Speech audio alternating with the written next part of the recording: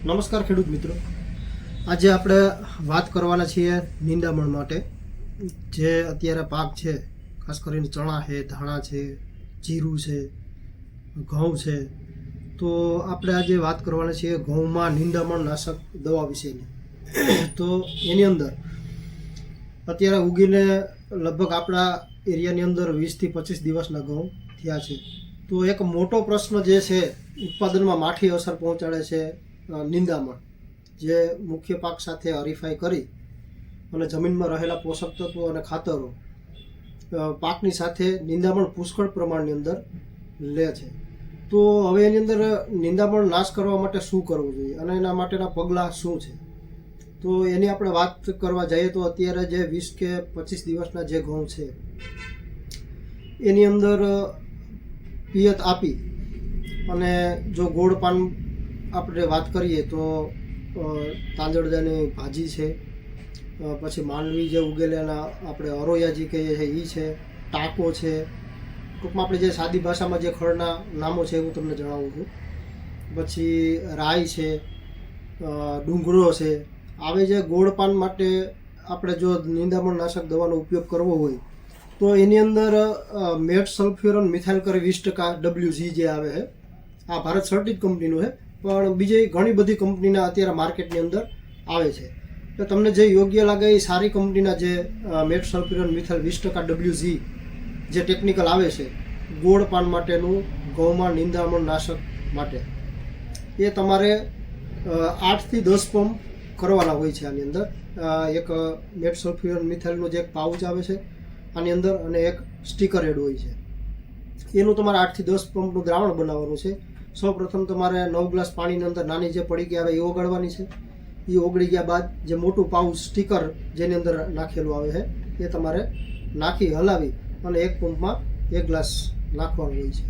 પછી બીજી વાત કરીએ આપણે જે મીંદડી કહીએ, એટલે ટૂંકમાં જેને આપણે ખડને મીંદડી છે, કૂતેલું કહીએ છીએ, આપણે ગુલી ડંડા જેને કહીએ છીએ, એના વિશેની વાત કરીએ તો ક્લોડિના પ્રોપર જેલ કરીને જે પાઉચ આવે છે, 8 પંપનું પાઉચ આવે છે. આ ટાટા કંપનીનું સરતા જ છે. આ પણ ઘણી બધી કંપનીના અત્યારે માર્કેટની અંદર આવે છે. તો તમારે ખેડૂત મિત્રો જે કંપનીનું વધારે અનુકૂળ આવતું હોય એ કંપનીનું તમારે લેવાનું છે. જંગલી કૃષિ માટે આપણે વાત કરીએ ત્યારે મેજર પ્રોબ્લેમ જે અત્યારે જંગલી કૃષિનો આવેલો છે હમણાં 2-3 વર્ષથી, જે કોઈ પણ દવાથી ટૂંકમાં કંટ્રોલમાં એ નિંદામણ નાશક આવતું નથી. તો એના માટેનું એક અદામા કંપનીનું આવે છે બઝલ કરીને, જેની અંદર ટેકનિકલ છે ફાઇનોક્સાડેન 5.1 EC ફોર્મ્યુલેશનની અંદર આવે છે. પરંતુ તમારું જે ગુલીદંડા આપણે જે જંગલી મીંદડી કે જંગલી કૃષિ કહીએ છીએ એની જે સાઇઝ છે એ 2 થી 3 પાંદડાની હોવી જોઈએ, ત્યારે જ આનું રિઝલ્ટ ખૂબ સારું મળે. પછી જો મોટું થઈ ગયું હોય તો આ દવાના રિઝલ્ટ મળતા નથી. અને એના માટે બેસ્ટ જો તમારે ઉપાય કરવો હોય તો જ્યારે તમારે ઘઉંનું વાવેતર થઈ ગયા બાદ પેલું પાણી જ્યારે તમારે આપવાનું થાય પિયત, ત્યારે પેન્ડીમિથાઇલિન જે દવા આવે છે 30% EC, એ તમારે 2.5 વીઘામાં 1 લીટર પાણી સાથે આપવું, અથવા તો પંપમાં 100 ml નાખીને વીઘે 4 પંપ કરવાના છે. તો એનાથી જંગલી કૃષિ કે જે જંગલી ગુલીદંડા કે જંગલી મીંદડી આપણે જે કહીએ છીએ એનો સારામાં સારો આપણે કંટ્રોલ મેળવી શકીએ છીએ. તો હવે જે આપણે વાત કરવાના છે કે ભાઈ નિંદામણ નાશક દવાનો ઉપયોગ 20 થી 25 દિવસની અંદર તમારે કરી લેવાનો છે. પછી ખડની સાઇઝ મોટી થઈ જાય તો પછી રિઝલ્ટ મળતું નથી. તો ખાસ કરીને ખેડૂત મિત્રો તમને એ કહેવાનું છે કે વ્યવસ્થિત રીતે સારી કંપનીની નિંદામણ નાશક દવાઓ લઈ અને સ્પ્રે કરવો, વ્યવસ્થિત રીતે સ્પ્રે કરવો.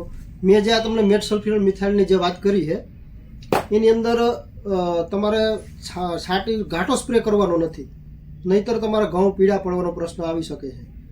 પછી તમારે જ્યારે ભેજવાળું ખેતર હોય ત્યારે જ દવા વાપરવાની છે. ભેજવાળું ખેતર હોય તો રિઝલ્ટ પણ નહીં મળે, અને દવા છાંટીને તરત તમે પિયત આપશો તો એની અંદર જે આ મેટ સલ્ફ્યુરન મિથાઇલ જે ટેકનિકલ છે એ મૂડીએ લાગે છે, એટલે ઘઉં પીળા પડવાનો પ્રશ્ન ઊભો થઈ શકે. તો સારી કંપનીની દવા વાપરવાની છે નિંદામણ નાશક દવાની. બાકી વધારે પડતું કંઈ કહેવાનું નથી. ખૂબ ખૂબ આભાર.